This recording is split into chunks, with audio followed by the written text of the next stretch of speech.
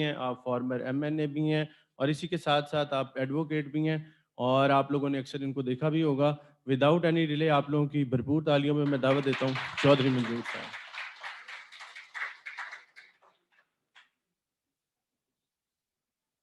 بہت شکریہ جی۔ میں سب سے پہلے تو معذرت خواہ ہوں، کچھ لیٹ ہوا، میں قصور سے آ رہا ہوں،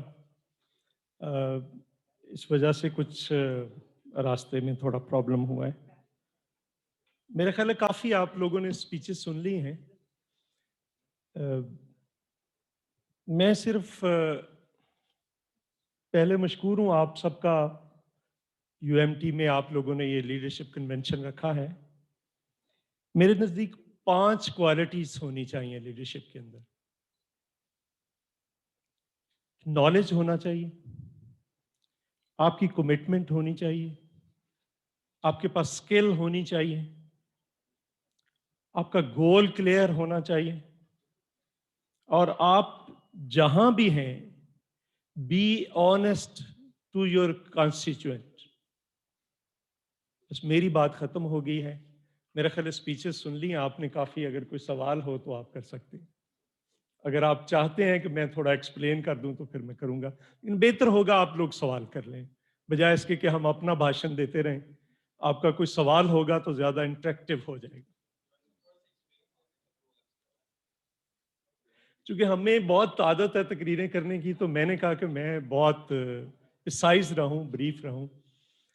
دیکھیں، آپ کسی بھی شعبے میں جا رہے ہیں تو سب سے پہلے آپ کے پاس اس کا نالج ہونا چاہیے۔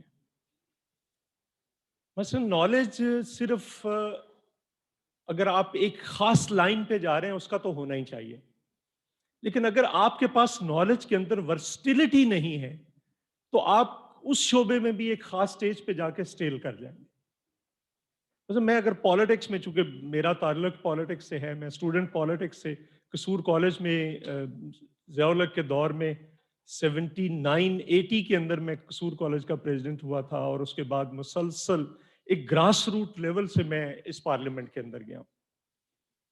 میرا باپ کوئی MNA نہیں تھا، میرا بھائی کوئی MPA نہیں تھا، مجھے کوئی گائیڈ کرنے والا نہیں تھا، لیکن خود پروسیس طے کر کے میں جو پاکستان پیپلز پارٹی کی ہائیسٹ باڈی ہے اس کے اندر پہنچا ہوں، سینٹرل انفارمیشن سیکرٹری رہا ہوں، جنرل سیکرٹری پنجاب رہا ہوں، اور میں نے PSF، پھر یوتھ، پھر اس کے بعد پارٹی کے بنیادی ڈسٹرکٹ کا عہدہ، پھر ڈویژن کے اندر، اور پھر سینٹر کے اندر، پھر پروونس کے اندر، پھر سینٹرل ایگزیکٹو کمیٹی کے ممبر کے طور پر۔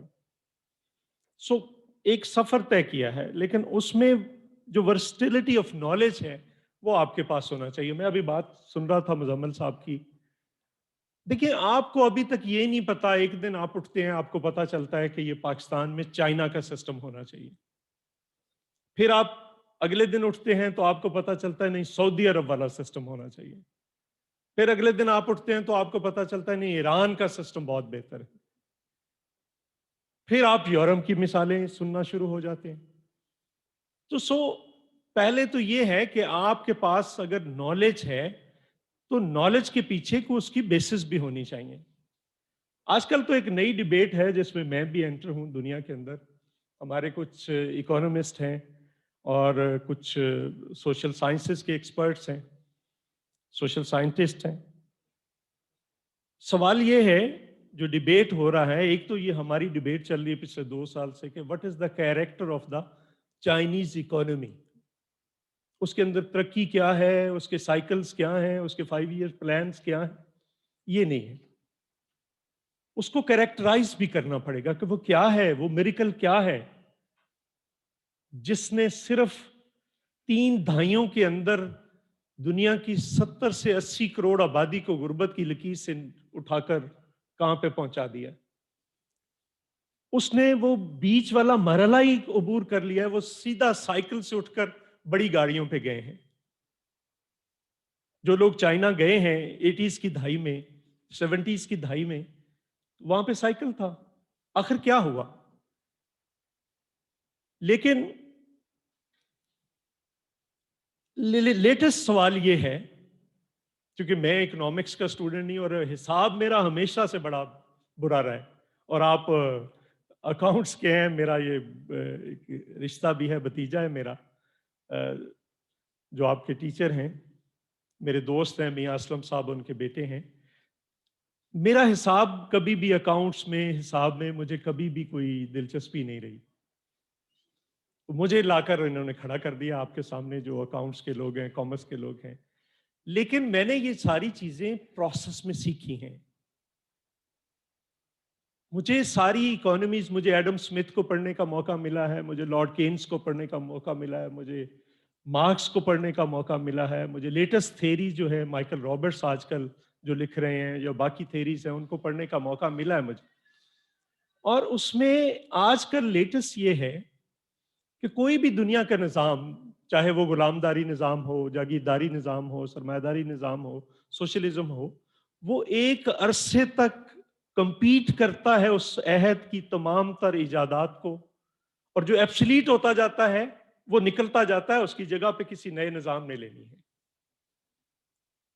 लेटेस्ट ये है कि आपकी साइंस, टेक्नोलॉजी, टेक्निक ने इतनी तरक्की कर ली है कि तमाम दुनिया के जो इंसान हैं उनकी बुनियादी जरूरियात पूरी हो सकती हैं, मगर नहीं हो पा रही।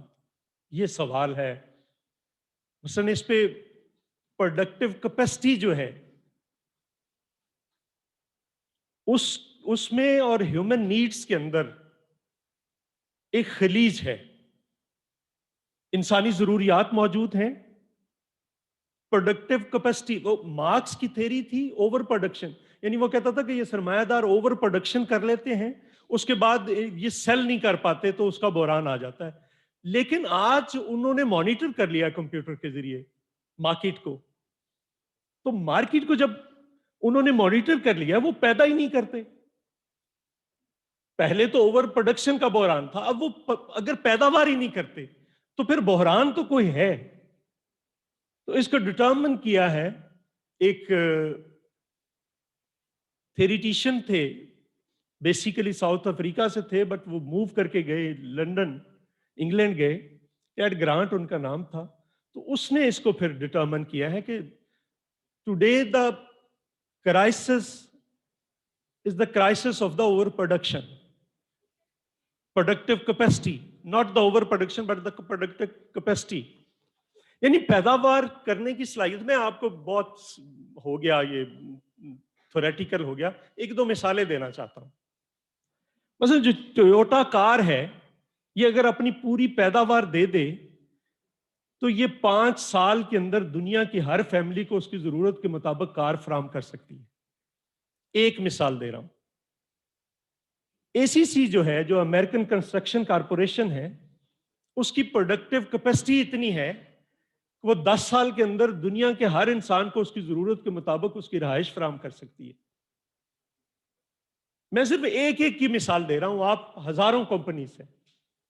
इन्होंने, मुजम्मल साहब ने कहा, एब्सोल्यूट हो जाएंगे बहुत सारे शोबे, लेकिन सवाल यह है कि इंसानी जरूरतें, बुनियादी इंसानी जरूरतें मौजूद हैं, उनको पूरा होना है। अब उसके दरमियान सिस्टम है, कोई कहता है डिमांड एंड सप्लाई का सारा है, एडम स्मिथ कहता है कि आप जो है वो डिमांड साइड को, सप्लाई साइड को बढ़ाएं, लॉर्ड केन्स कहता है नहीं, आप डिमांड साइड को बढ़ा दें, उससे चीजें ठीक हो जाएंगी। लेकिन हो नहीं पा रहा। एक तो इसको देखना पड़ेगा, आपके पास नॉलेज अगर है तो फिर वापस आते हैं लीडरशिप की तरफ। लेकिन सवाल यह है कि क्यों आपका जो जरूरतें हैं वो सिस्टम अगर पूरी नहीं करेगा आज, तो वो कितनी देर चल पाएगा। नॉलेज की बात करता हूं, आप जो पॉलिटिशियंस थे, मसलन मैं पीपल्स पार्टी से हूं, जुल्फकार अली भुट्टो की मिसाल दूंगा। एक तो वो क्रॉस रीडर था, कोई मुझे नहीं पता, मैं नहीं हूं, वो कहते हैं कि वो क्रॉस रीडिंग करते थे पेज की, मतलब ऐसे लाइनों में नहीं पढ़ते थे, वो इधर से ऊपर से नीचे आते थे, इधर से और इधर से वो पूरा पेज पढ़ ले। बीबी को मैंने देखा है क्रॉस रीडिंग करते हुए, वो भी बहुत फास्ट रीडर थी। तो भुट्टो साहब किसी लाइब्रेरी में चले जाते थे तो वो चंद घंटों में वो पूरी लाइब्रेरी को खंगाल लेते थे, लेकिन उसका जो नॉलेज था उसके अंदर वर्सटिलिटी थी। वो आर्ट, साइंस, लिटरेचर, म्यूजिक, سے लेकर दुनिया की पॉलिटिक्स, इकोनॉमी, किसी भी जगह पे वो अगर वो बात करते थे तो वो उनकी पूरी ग्रिप होती थी, और अक्सर वो एक्सटेम्पोर बोलते थे। बहुत सारे लोगों को आदत है उनको कॉपी करने की, लेकिन हर कोई नहीं एक्सटेम्पोर बोल सकता। सो वो एक तो नॉलेज वर्सटिलिटी होनी चाहिए, फिर आपकी कमिटमेंट होनी चाहिए। अगर कमिटमेंट नहीं है तो आप कहीं नहीं पहुंच सकते। बिल्कुल, ये बड़ी क्लियर बात है। डिटर्मिनेशन होना चाहिए, कमिटमेंट होनी चाहिए, और फिर आपके अंदर स्किल होनी चाहिए। जो कुछ आपके अंदर है उसको आपको एक्सप्लेन करने की आपके अंदर स्किल होनी चाहिए, या आप जिस शोबे में जा रहे हैं उसकी स्किल होनी चाहिए। अगर आप वो कर पाएंगे, स्किल है आपके अंदर, तो फिर आप आगे बढ़ सकते हैं। आपके गोल्स बड़े क्लियर होने चाहिए।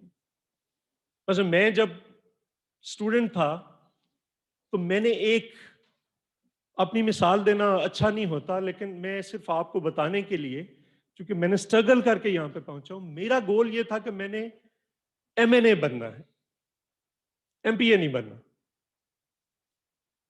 तो मुझे याद है जब 2002 में मेरा इंटरव्यू चल रहा था, मोहतरमा बेनजीर भुट्टो दुबई में थी, तो मुझे बार बार वो इसरार करती थी कि ये बहुत बड़ा इलेक्शन होता है एमएनए का, आप एक कारकुन, आप एमपीए का इलेक्शन लड़े। तो मैं काउंटर उनको आर्गुमेंट देता था कि नहीं मोहतरमा, मुझे लड़ना है तो एमएनए का लड़ना है, आप किसी और को दे दें, मैं साथ हूं, मैं सपोर्ट करूंगा, लेकिन अगर आप मुझे मेहरबानी करना, आप मुझे टिकट देना चाहती हैं, फिर मैं एमएनए के लिए लड़ूंगा।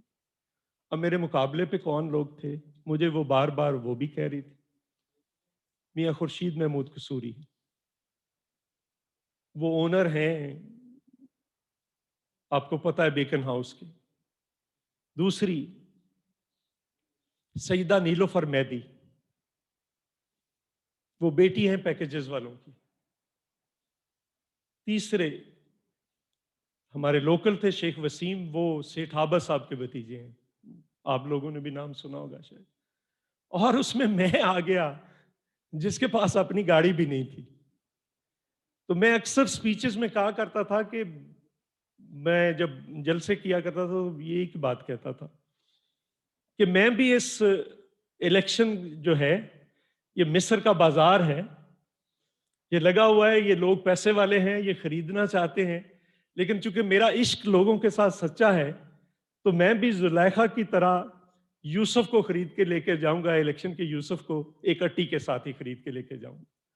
और जब रिजल्ट आया तो दुनिया सारी हैरान थी, और फिर मुझे वहां पे ऑफिस भी हुई, मिनिस्ट्री ले लें, लेकिन मैंने कमिटमेंट के साथ अपनी पार्टी के साथ रहा। हमारे बहुत सारे लोगों ने बिट्रे किया, ये पैट्रियट बनी, और मेरी एक स्पीच पढ़ी है असेंबली के अंदर, मैंने कहा कि मैं इतना बदकिस्मत आदमी हूं कि मैं इस पार्लियामेंट के अंदर खड़े होकर अपने आप को पैट्रियट भी नहीं कह सकता, क्योंकि इन्होंने लफ्जों के मानी बदल दिए हैं। अगर मैं अपने आप को पैट्रियट कहूंगा तो मैं अपनी पार्टी का गद्दार हो जाऊंगा। सो ये आपके अंदर अगर कमिटमेंट नहीं है तो आप आगे नहीं। गोल आपका क्लियर होना चाहिए, और फिर आखिर में ऑनेस्टी होनी चाहिए।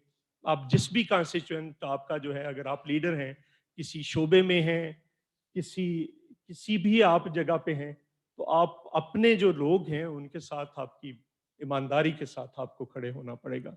ये अगर आपके अंदर क्वालिटीज हैं लीडरशिप की, तो फिर आपको कोई नहीं पीछे धकेल सकता। और फिर एक, यहां पे बैठे हैं आप, यूं समझें आप एक बहुत बड़ी बिल्डिंग में सीढ़ी के जरिए चढ़ रहे हैं।